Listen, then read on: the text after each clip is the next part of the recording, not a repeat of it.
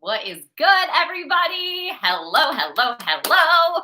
We have a very interesting word, and it's so simple. Sometimes we just miss it. But the theme is the one choice that we all have. Now, this is the choice that we have when life is hard, the choice that we have when life is difficult, the choice that we have when there's so many unknowns, the choice that we have when we're tired, the choice that we have when we feel pain, the choice that we have when we're dealing with unforgiveness or bitterness or resentment or just wounds that we haven't dealt with or haven't known how to deal with, the one choice that we have when we're facing a challenge or an obstacle, the one choice we have when we get an outcome that we weren't anticipating, the one choice that we have when a storm comes. We have a choice. And I don't think that we like this because that puts us in a position of ownership, that puts us in a position of accountability, that puts us in a position of taking responsibility. But that is truly where your power is in life too. So the minute you sort of take a back seat or become complacent or just become indifferent, or you start to maybe lose your enthusiasm or your passion or your intention, that's when we can kind of get out of whack, because then we start blaming, pointing fingers, getting things out of context. It can just get really messy. So the one choice that you have, I'm actually going to set it up with a couple examples first so that you can kind of guess and have the satisfaction of guessing what it is. So I had a thought, and this is wild. So one of them was, at this point, it must have been a senior in high school. I had never run cross country, and suddenly I was in a position of being a cross country captain. So I really had to take ownership of running well and sort of leading the way. And running was not my jam. Okay. At this point, I was accustomed to track. I was accustomed to middle distance and sprints, right? Like middle was it. Like there was no distance. Okay.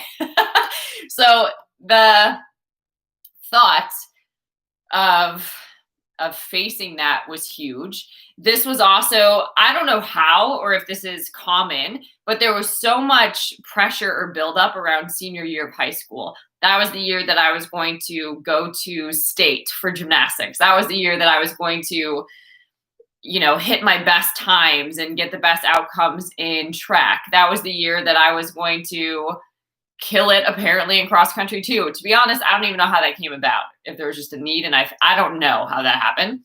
I also stepped into theater, and I'd never been involved in theater in my entire life.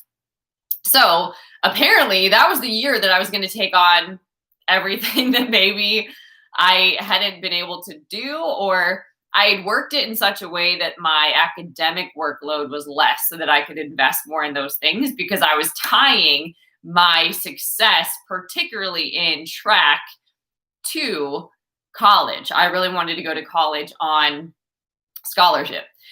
So, which did happen, but there was this program that I was a part of so that I could, I guess the word right now would be level up, right? And they called it an acceleration program. And this was just at a local YMCA, but they had this treadmill, and it was wild. So there was this weightlifting component that you would go through. And at this point, I didn't lift weights. That's just not what I did, right? Being a gymnast, that there's so many things that keep you in shape that you just do, and all the different apparatus that they have. But now I'm lifting weights, and they had this treadmill that was on this like steep incline, and they would turn it up essentially as fast as they can go. And they would put you on there, and you would stay on there as long as you could until you bit it, basically, until you either figured out how to stop and jumped off, or you flew off because you just have dead legs, right? It was wild. I don't think there was a single time where I was not terrified. It was insane. And there were so many times that I thought that I was just going to eat the treadmill, right? Because there's just a point when you're going so fast, you just literally do not feel your legs anymore. And you don't know what's going to happen. And it was so interesting how to get your mind and your body to just come into agreement to really stay on this treadmill and to accelerate and to start hitting new times and really challenging your body in a whole new way. So that's an example. Another one was I had been in gymnastics in particular, not a fan of the balance beam. Okay. First of all, it's like this wide, which is probably as wide as my foot. And you've got to guarantee that your foot lands just so that you don't hurt yourself. So you don't slide off. You don't get like beam burn on your legs. You don't have a disaster. You don't break your neck, basically. So there was a routine that I would do everything that I could. I had a low beam in my basement at the time that I would just practice because that's relatively safe. Like if you're on a low beam, essentially if you slide off, you just hit a mat, right? No big deal. I mean, there's limitations what you can do, but you get the idea. So I had been practicing this routine. I had been visualizing this routine, and this was the day where the score really was a big deal in order for us to advance, in order for us to make it, right?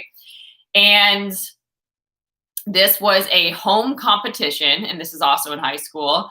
And the balance beam happened to be like right up on the stands almost. There was like it was so close to the point where you could hear everything that's happening in the stands. Like if somebody's eating popcorn or something, like you're hearing it. And the judges were very much right there too. So it's like stands, there's judges, and then there's like the beam. So like everybody's up in your business basically because it's a compact space, right? And the balance beam is pretty high too. And then I had my whole team there. I think I had other people. Maybe I was dating somebody new at the time that actually came to support me. I don't know, but people were actually there for me. They were expecting a certain outcome. And I go and I do this back handspring, if you can picture what that is, but you basically dive backwards and your hands catch the beam, your feet do too. And you do multiple moves and you go backwards all the while landing on this beam. So I'm doing this and I miss a leg. And I literally like basically crotch the beam and like swing around and hit the floor. And the minute you do something like that, you're already down so many points. So that made the number that we were after so impossible to attain at that point. Now I'm on the floor and I get to decide, is this too much? Do I walk away? Do I burst into tears because that's what I feel like doing? Do I get back on this beam even though I basically just have a dismount left? Do I get on the beam and I just finish the end of the routine? What do I do? Because people are watching me now and how I handle this matters, right? So I did that despite the pain, despite the bruising, despite all that stuff, right? I'm like, okay, I'm just going to get on this beam again and I'm going to just do my dismount and freaking land that sucker because that's all I can do at this point. So that's another example, but it took everything to decide to do that, right? And then just one more that I'll give you is, what is a really good one? I just feel like I've had so many. Trying to think. What is a really good one? What is a good one? Well, I guess, so this came around when I was going to go to graduate school. There was just some things that I knew in my spirit, right? Maybe that I didn't vocalize, but there was just things that I knew in my spirit. I knew I was going to grad school. For some reason, I knew I was going to California. I didn't know when, I didn't know how. I knew at some point in my life I was going to California. I knew that I was going to, like, that was my next thing. Like, I wasn't just going to go get another job or something. Like, I knew I was going to school. So I went on like I don't know, I guess I'll call it like a college tour.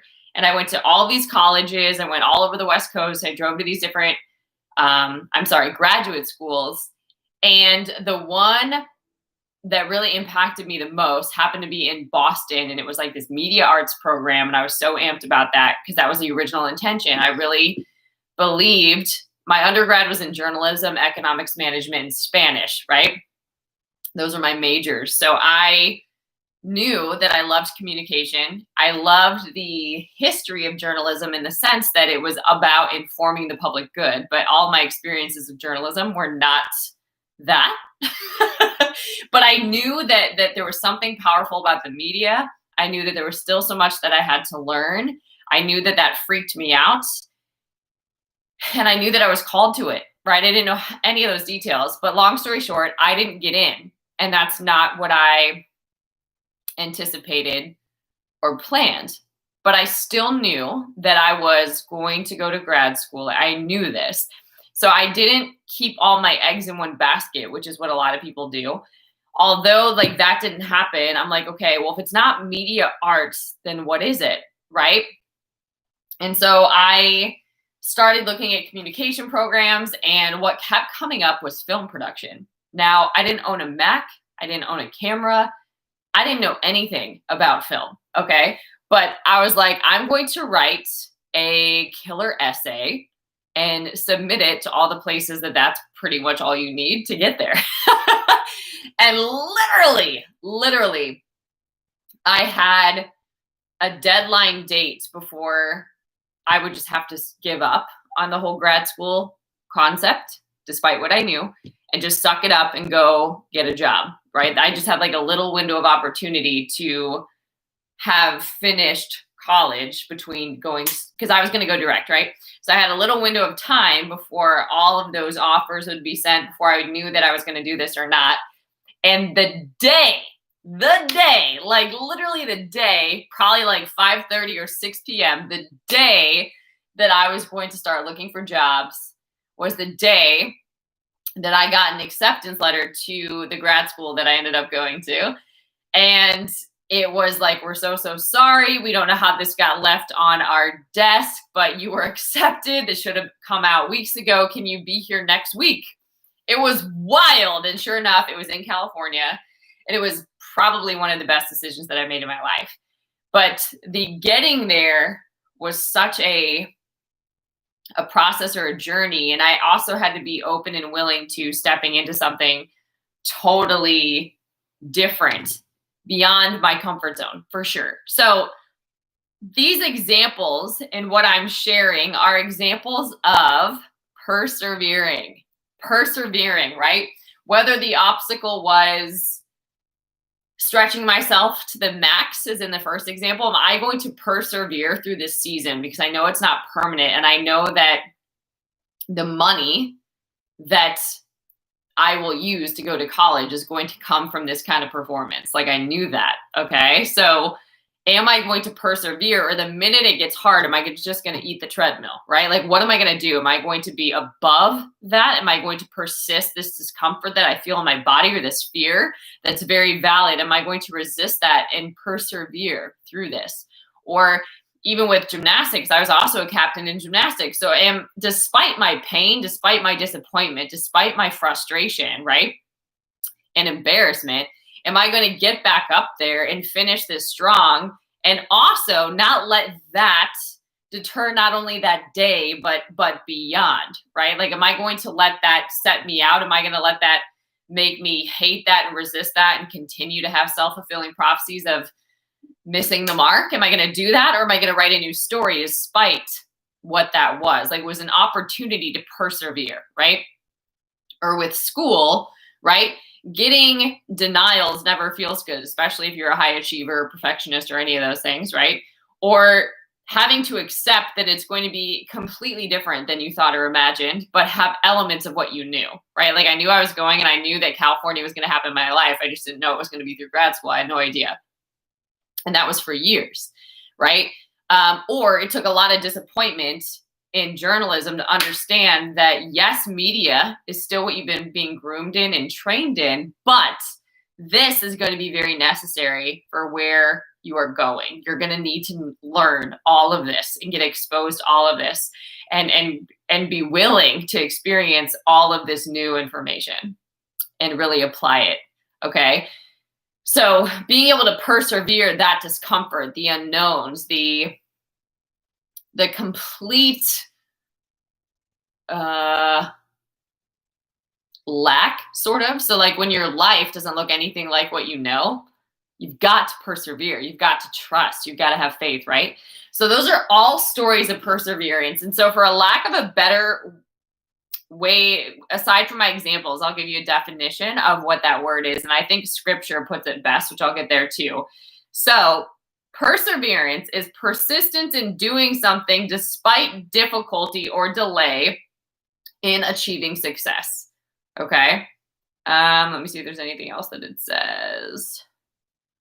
Perseverance is the ability to keep doing something in spite of obstacles. People who persevere show steadiness in doing something despite how hard it is or how long it takes to reach the goal.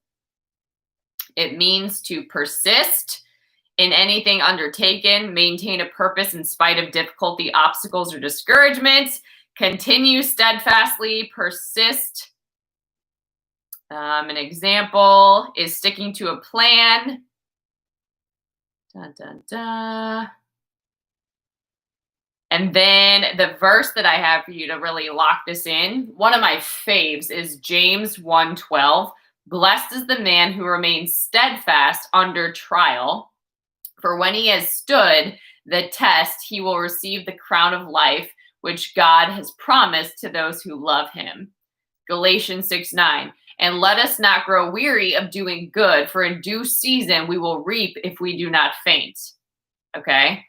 And then this one is huge. Romans 5:3-5. More than that, we rejoice in our sufferings, knowing that suffering produces endurance, and endurance produces character, our favorite, and character produces hope, which we all need. And hope does not put us to shame because God's love has been poured into our hearts through the Holy Spirit who has been given to us. Okay? Hebrews 12:1 is a really great example of all those who have gone before you and have proven that perseverance wins. Therefore, since we are surrounded by such a great cloud of witnesses, let us also lay aside every weight which sin which clings so closely, and let us run with endurance the race that is set before us. Okay. And then James 1:2-4, the last one I'll give you. Count it all joy, my brothers, when you meet trials of various kinds, for you know that the testing of your faith produces steadfastness, perseverance. And let that steadfastness have its full effect. You've got to let it play out, that you may be perfect and complete, lacking nothing. So, if you've ever received a prophetic word, if you've ever had a desire on your heart, if you've ever really hoped or expected or just dreamed and prayed and just stood for something or interceded for something, you know that there's a process attached to that. I was listening to Lisa Tierkirst the other day and just what she encountered in her marriage and then their journey to reconciliation, which they both did not believe was possible, was 2.5 years. And then, of course, after renewal of their vows, they're still doing the work, right? But how does one come to that decision, right? When you've grown weary, when you've lost all hope, you still have a choice to persevere. You still can choose hope. You still can decide, I'm going to lean into this. I'm going to stick to the goal. I'm going to achieve, right, that vision that is set before me. I'm not going to wander. I'm not going to waver. I'm going to stand firm. And the word says, having done all to stand, stand, right? I'm going to keep my mind. I'm going to set my mind. I'm going to keep it set.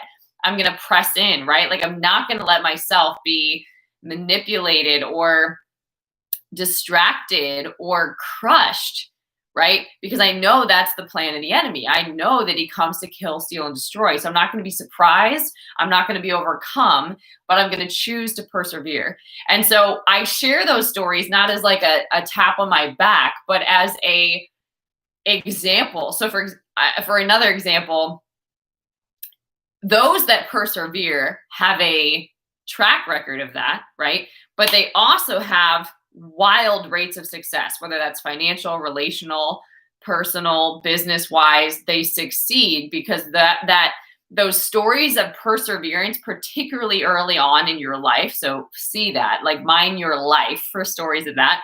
Those early stories are what taught the lessons that you can still apply later in life. So for example, there was a study done with the treadmill, thank God. So there was, I'm not sure if it was Harvard or where it was, but there was all of these guys that were assigned to do this same process. There was a treadmill with an incline. They all had to get on there and just see how they could go. And the ones that actually could hang on the longest and demonstrate that perseverance, they stayed in relationship. Whoever was running the study stayed in relationship with them, 10 years out, 10 more years, whatever it was. They stayed in relationship with them, everybody in the study, and really were evaluating how they progressed in life based on this exercise. And those that could hang on and stay on the longest and could persist had significantly different measures of success in these different areas that they were studying, whether it's financial, business-wise, career, whatever it is. These areas that they studied, they seem to persist and go further in life, so to speak, in comparison to those that just gave up or did not persevere. So the message on today is that the one choice that we do have when we're suffering, when it's hard, when we're frustrated, when we feel like we're wavering, when we feel moments of hopelessness or powerlessness, when we feel frustration, when we just feel tired, we just feel overwhelmed, when we're stressed, when we just didn't picture our life being what it is, we can choose to persevere.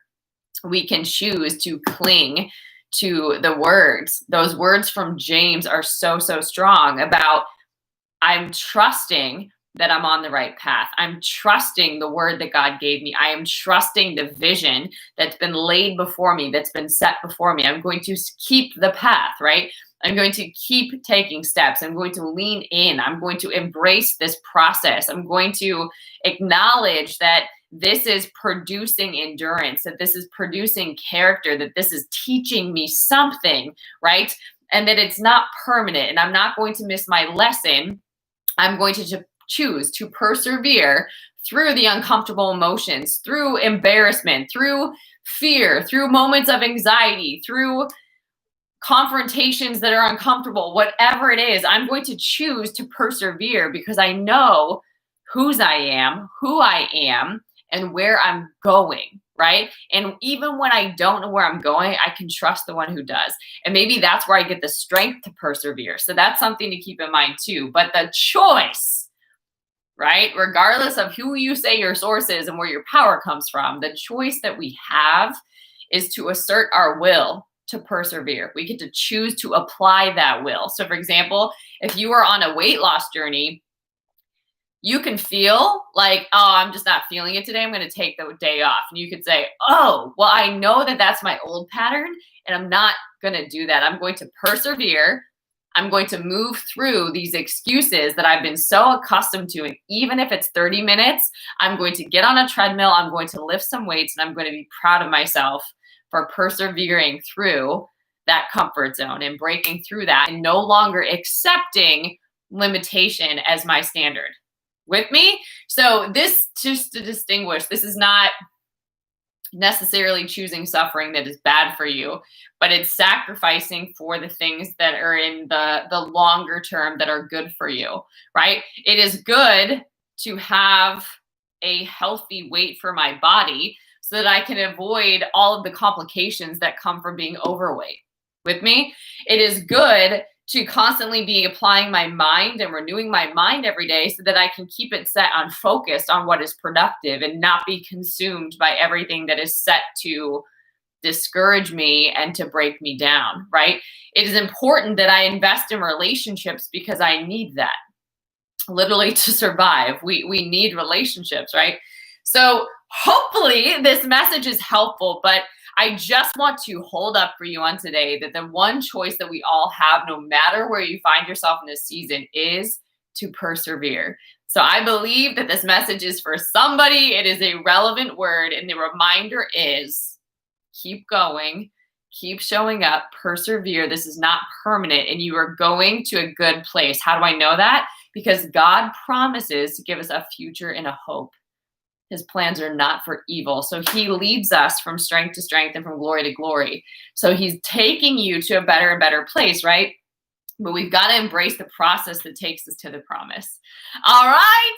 I hope this message blessed you guys. If it did, make sure that you subscribe. You can also copy the link and share with a friend.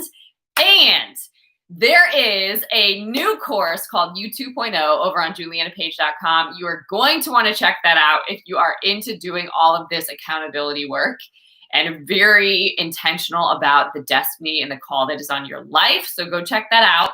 There's also coaching programs and ways that we can get connected. So make sure that you visit julianapage.com. You can also tune into Spirit-Filled Real Talk. It is a podcast wherever you get your podcasts that you can tune into every Saturday. It is just what it sounds like. We talk about spirit-filled, truth-backed, real talk that is basically practical wisdom and soul fitness to really help you show up in life and live by the word in your life. Okay, so check out all those resources, and until next time, guys, stay blessed.